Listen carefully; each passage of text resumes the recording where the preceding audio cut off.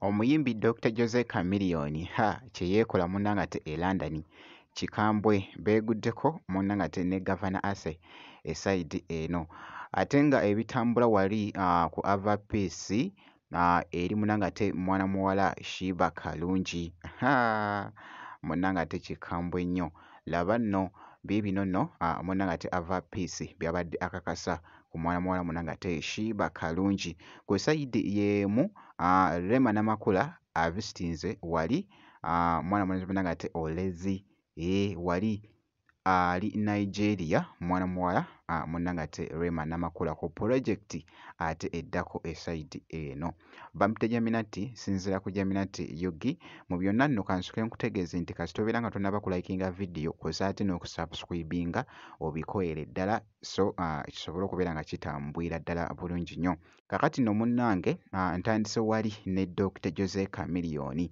nti nkugambye kyali mu kwekola munnanga ate e London kikambwe Ono Governor. Yeah. I was going to be Maria London. Get me Maria Sebu.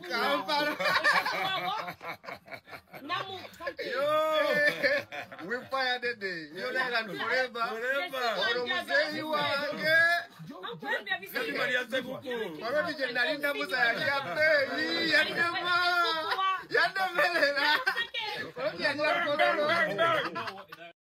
ku sayidi yeemu yasoose n'akolamu kaawo munnanga ate wali ne ku vibe kiyite munnanga ate sound check jjukira nti no mwana mulenzi ono Chameleone yabaddeyo munnanga ate ne show wali e London yabadde awerekeddwako abayimbi abalala Fake Fameka ku sate ne Golnet Official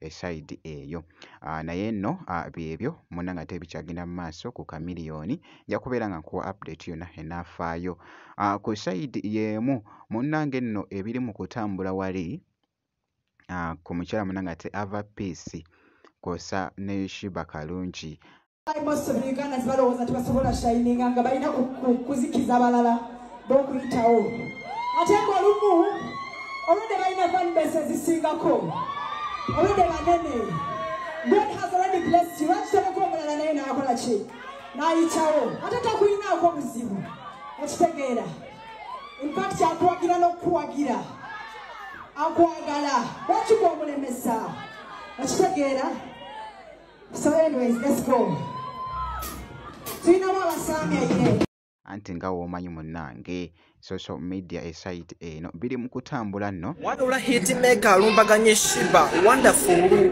mwana muwala Ava Peace ali mu kulumbagana Shiba ali musojja jukira nti Shiba yetayogera nnyo kiryawo Shiba tayogera Shiba she is a respectful woman tayogera nnyo kiryawo so right now mwana muwala Ava Peace ali mu trending olw'okuba nti yavudde nga akola katambi ng'ali mu kumanyira Shiba Kalungi ngagamba nti mwana muwala ntakola kitayagaliza accordingly yembu tayagaliza enyimba afulumya kumukumumbu shege ebintu ebito so nabanga video genda vaire yabadde ku stage nga performing nagamba Shiba tayagaliza enyimba afulumiza kumukumu tagaba upcoming kubanga bagenda maso na kuyimba kwabwe era songu Shiba muchala mubi nnyunyunyu naye Shiba according tanakubanga avayo kubanga replyinga ni wabula abafuti soja ngera omanyi Shiba ina ba fans be bayita ba Shibaholics bali mu kuyisa obi mwana muwala Ava Peace wonderful so byebyo munnanga ate ebikyagenda mu maaso awo makati ga Ava Peace kosaati ne Shiba Kalungi kankwongereyoko wali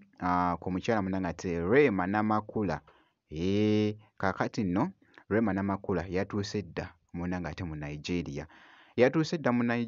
Rema Namakula okubeera nga ali munnanga ate ku project nno ate egenda okubeera nga yakabi live in Lagos Live in Lagos, Uganda's in the building. Yes, sir.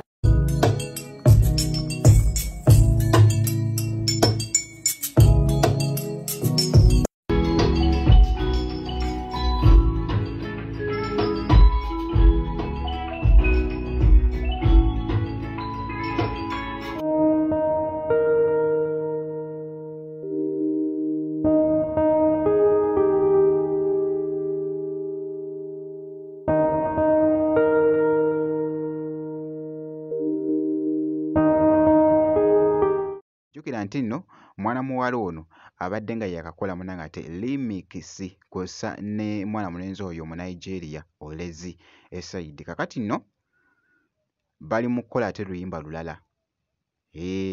Eno yo nayo egenda kubeera munanga ate collab nga si remix wabula collab. Kakati nno embeera munnange bwetyo bwebadde mu katambi nga mwana muwala munnanga ate Rema Namakula nga yatuuse dda munnanga ate mu Nigeria wali nga bali mu vibe nga boogezako okulaba ku mwana muwala munnanga ate Rema Namakula. Bwe nti nno munnanga ate bwe nkoze gwe kati sobeera ng'osubscribinze ebisigadde byonna nga obiturekera